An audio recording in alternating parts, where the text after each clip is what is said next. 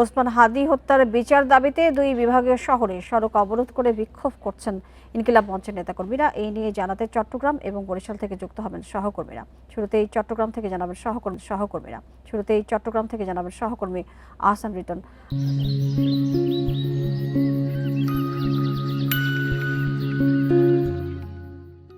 Ahsan written, এই যে বিভাগীয় সড়ক বন্ধ করে তারা আজকে রাস্তায় আছেন এবং প্রথমত জানতে চাই তাদের দাবি, তারা এখন শেষ মুহূর্তে কি বলছেন, হত্যার দাবির পাশাপাশি কি বলছেন এবং ভোগান্তি আসলে কতটা হয়েছে এই রাস্তা বন্ধ হওয়ার কারণে?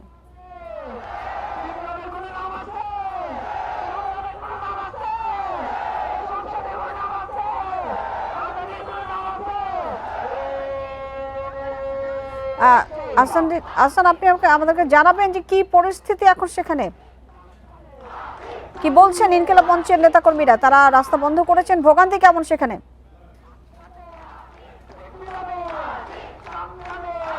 আজকে দুপুর 2টার পর থেকে চট্টগ্রামের এই যে কর্ণফুলী ব্রিজের যে উত্তর পাড়ের যে চত্বরটি রয়েছে সেখানে আমরা দেখছি ইনকিলাব মঞ্চ, চট্টগ্রাম বিশ্ববিদ্যালয় এবং চট্টগ্রাম মহানগর শাখার যারা রয়েছে, যে সমস্ত নেতাকর্মী রয়েছেন তারা অবস্থান নিয়েছেন এবং তাদের দাবি একটাই, সেটি হচ্ছে ওসমান শরীফ হাদীর মৃত্যুর সঙ্গে যারা জড়িত তাদেরকে অনেকগুলো দিন হয়ে যাওয়ার পরও তাদেরকে আসলে গ্রেপ্তার কিংবা বিচার শাস্তির আওতায় আনা হয়নি এবং সেই বিষয়টিকে মাথায় রেখে তারা আজকে এই মোড়টিতে অবস্থান নিয়েছেন। আমরা দেখছি শুরুর দিকে কিছুটা নেতাকর্মীদের সংখ্যা কিছুটা কম থাকলেও পরবর্তীতে আমরা দেখেছি তাদের সংখ্যা বেড়েছে এবং এই মুহূর্তে বলা যেতে পারে যে এই যে মোড় রয়েছে সেটি একেবারে কানায় কানায় ভরে গেছে এবং এর কারণে আমরা যেটি দেখছি, আপনি জানেন যে আসলে কর্ণফুলী সেতু এটি হচ্ছে দক্ষিণ চট্টগ্রামের সঙ্গে যোগাযোগের একটি প্রধান সড়ক। এই সেতু দিয়েই আসলে চট্টগ্রামের পটিয়া, সাতকানিয়া, কক্সবাজার পর্যন্ত এই যে বিস্তীর্ণ এলাকায় পুরো এলাকাটিতে যাওয়ার এটি একমাত্র সড়ক এবং সেই সড়কটি বন্ধ হয়ে যাওয়ার পর আমরা দেখছি আসলে সড়কের দুই পারে অসংখ্য যানবাহন আটকে পড়েছে এবং হাজার হাজার মানুষ আমরা দেখছি এখন পায়ে হেঁটে তারা তাদের গন্তব্যে যাচ্ছে। আপনি জানেন যে এখন আসলে এই মুহূর্তে বিভিন্ন অফিস আদালত ছুটি হয়েছে এবং সেই কারণে মানুষজন যে তারা গন্তব্যে যাবেন সেই গন্তব্যে যাওয়ার গাড়িতে তারা পাচ্ছেন এবং ফলত আমরা দেখছি এই মানুষ এখন পায়ে হেঁটে তাদের আসলে গন্তব্যে যাচ্ছে। এখানে যারা আন্দোলন করতে এসছেন তাদের সাথে আমরা কথা বলেছি, তারা বলছেন যে তাদের মানুষের কষ্ট হচ্ছে সেটি তারা বোঝেন, কিন্তু যতক্ষণ পর্যন্ত না তাদের ওসমান শরীফ হাদীর বিচার হচ্ছে ততক্ষণ পর্যন্ত না জড়িতদের শাস্তি এবং বিচার এবং শাস্তির আনা না হচ্ছে ততক্ষণ পর্যন্ত তাদের যে শান্তিপূর্ণ কার্যক্রম সেটি চালিয়ে যাবে। তারই ধারাবাহিকতা এখন তারা বসছেন এবং ঠিক কতক্ষণ পর্যন্ত। আমরা চলে যাচ্ছি বরিশালে সহকর্মী আলামিনের কাছে। আলামিন, আপনার কাছে জানতে চাই যে ইনকিলাব মঞ্চের যারা নেতাকর্মীরা তারা কি বলছেন এবং যেহেতু সেখানে সড়ক অবরোধ আছে, সার্বিক কি পরিস্থিতি সেখানে দেখছেন?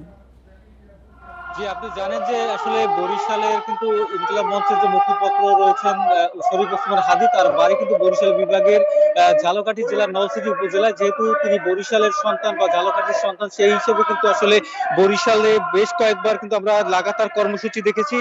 গতকালে কিন্তু কর্মসূচি ছিল, এর পরিপ্রেক্ষিতে কিন্তু আজকে এই ইনকিলাব মঞ্চের আহ্বানে সারা দেশের যে আহ্বান করা হয়েছে সড়ক অবরোধ বা বিক্ষোভ সমাবেশের, সেই কর্মসূচির অংশ হিসেবে বরিশাল নগরীর নতুল্লাবাদ এলাকায় যে স্থানটিতে রয়েছে ঢাকা বরিশাল মহাসড়কে অবস্থান নিয়েছেন। দুপুর 3টা থেকে কিন্তু তারা এই ঢাকা বরিশাল মহাসড়কে নতুল্লাবাদ এলাকায় অবস্থান নেন এবং তারা বিভিন্ন কলেজ থেকে, অর্থাৎ বরিশাল বিএম কলেজ, বরিশাল বিশ্ববিদ্যালয়, বরিশাল সরকারি সৈয়দ হাতেম আলী কলেজ, বরিশাল কলেজ থেকে, বিভিন্ন কলেজ থেকে কিন্তু আমরা দেখেছি মিছিল সহকারে এখানে তারা জড়ো হয়েছে এবং 3:30টার দিকে কিন্তু তারা পুরোপুরি এই ঢাকা বরিশাল মহাসড়কটি কিন্তু আসলে অবরোধ করে দেয় এবং আসরের নামাজ কিন্তু তারা এই মহাসড়কে পড়েছেন আমরা দেখেছি। এবং তারা কিন্তু এই মুহূর্তে বিভিন্ন যে সঙ্গীত পরিবেশন করছেন, দেশাত্মবোধক সঙ্গীত পরিবেশন করছেন এবং তারা কিন্তু বিভিন্ন সময় আমরা দেখছি হামলা পরিবেশন করছেন এবং তারা বলছেন যে আসলে যতক্ষণ পর্যন্ত শরীফ ওসমান হাদীর হত্যাকারীদের গ্রেপ্তার করা না হবে এবং সরকারের পক্ষ থেকে তাদেরকে সন্তুষ্ট করা না হবে এবং গ্রেপ্তারের যে বিষয়টি সেটি পরিষ্কার করা না হবে ততক্ষণ পর্যন্ত কিন্তু আসলে